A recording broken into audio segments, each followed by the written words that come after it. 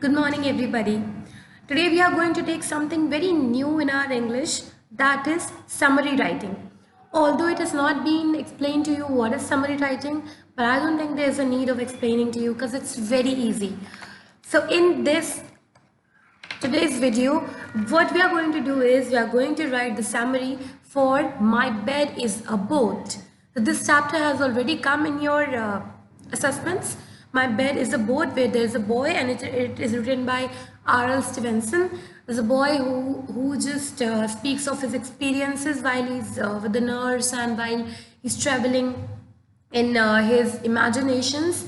So you have to read the poem, My Bed is a Boat, and then you have to write a summary of the poem in your own words. Now, please understand that the summary should be in your own words. You do not have to copy it from the poem. You do not have to copy it from a book or any other Google thing. No. Write in your own words.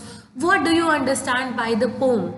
That means in this whole poem, what has been explained, what is written, what is the scene, what do you understand, what the child is trying to say.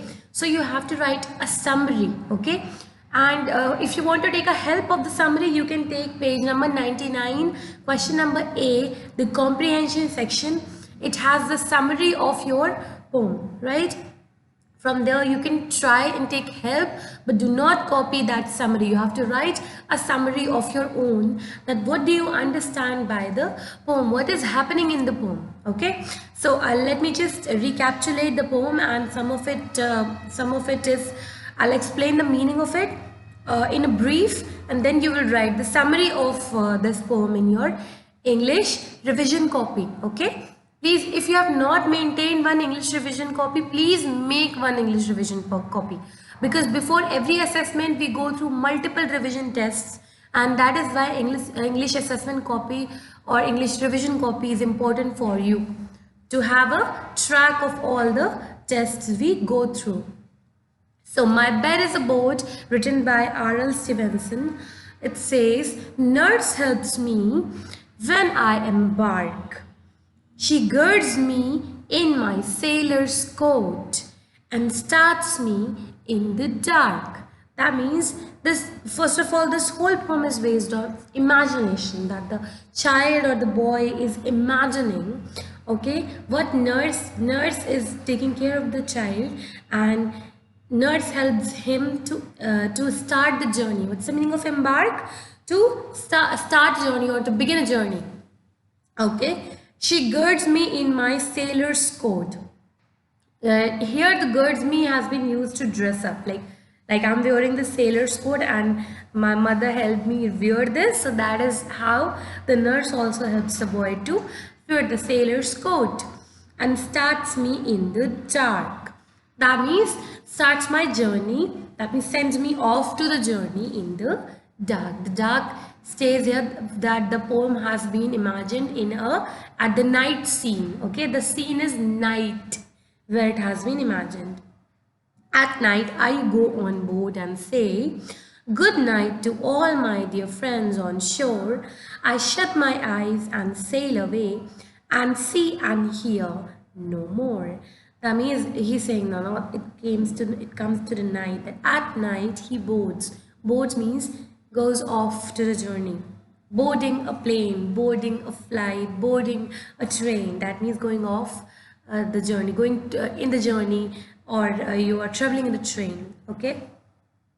So he's boarding off, and what's then why he wants to board off? Because he wants to say good night to all the friends who lives near the shore. As we all know that the ships they sink in the ocean and rivers, and these rivers and oceans have their shore or sea. The sea has a seashore.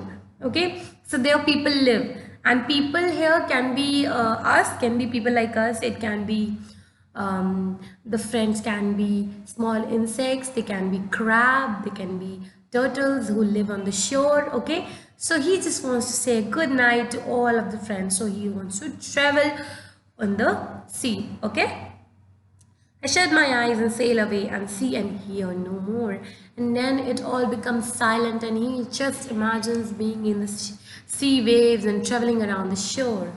At sometimes things to bed I take.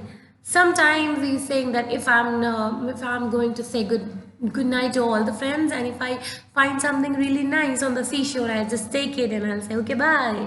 So this is what he's saying, that sometimes some things I take to bed, okay, as prudent sailors have to do, okay. Perhaps a slice of wedding cake, perhaps a toy or two. So what are the things he's taking? Either somebody is getting married on the seashore and there's a big marriage cake, so he's going to take a few slices of the marriage cake to his bed while he's away from the shore. And he might also take toys, and he might also take ball if there's some ball on the seashore, okay. All night across the dark we steer.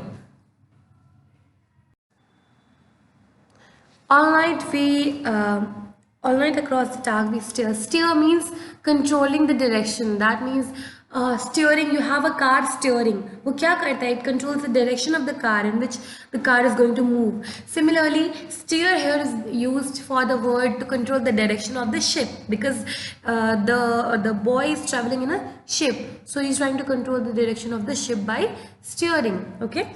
So the whole night he's saying that all night across the dark we steer, we control the direction, like we go this way and that way, controlling the direction of the ship.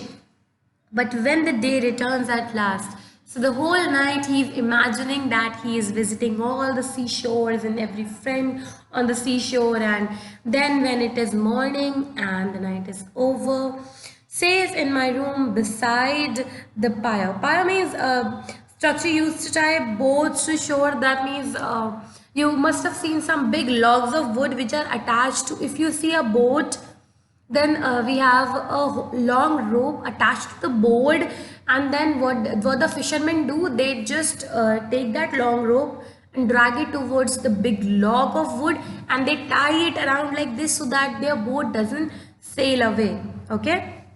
So then he's saying that now when it is morning, then he's back to bed and he has just tied his boat to the pyre, okay. I find my vessel fast. And then what he finds that he's back into the room. The vessel here has been used for the room which contaminates the boy. That means the boy is living in the room. So if there's water in a vessel, similarly there's a boy in the room, okay. So the vessel has been used for the room here, which contaminates the boy, okay. And this is all of what the whole poem is about. I've explained to you. Now it's up to you. You have to write the summary of the poem. Please, please, please try to write in your own words. Use particularly write grammar. We have already done most of the exercises in grammar, so I think you can use it even more efficiently now. And don't take much of the help from parents. You can take a small help from the parent. You can rewatch the video I'm making right now. You can rewatch it. If you have a confusion at some line, you can rewatch it and understand the meaning. But please try to write a summary of your own. That is all for today. Bye. Take care.